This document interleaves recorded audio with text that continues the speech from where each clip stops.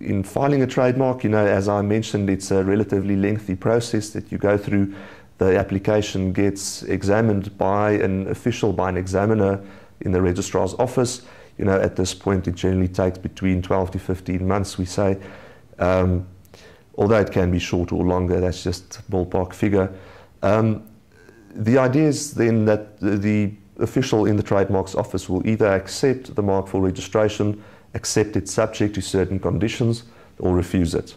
Now, ideally, the mark should proceed to acceptance. That's the idea with filing it. And the idea being that the application should proceed to acceptance, whereby it's then open for a term of 3 months once it's been published in the patent journal.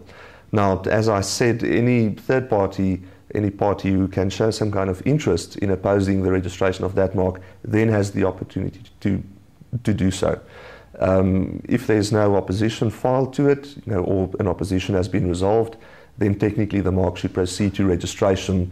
The applicant then becomes the registered proprietor of the mark, and they get their certificate, which,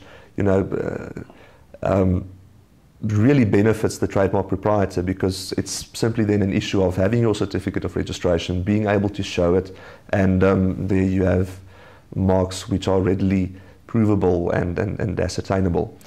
The difference, or at least the only alternative really from registering a trademark, obtaining registered rights in it, is to say, okay, well, can I still enforce rights in a trademark if I don't have registered rights?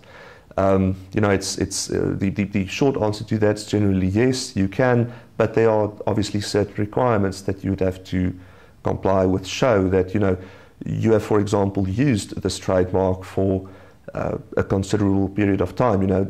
The idea generally is that you have to be able to show common law rights, that you've acquired a substantial reputation and goodwill in that mark, and that the relevant sector of the public associates that mark with you or your goods and services.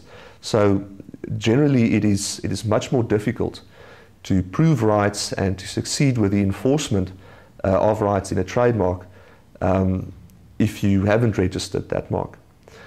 Still, as I said, it's not impossible, but it's a very onerous process, in most cases much more expensive as far as legal costs are concerned than simply having a registered trademark, being able to show your rights flowing from that registration and enforcing that in a court.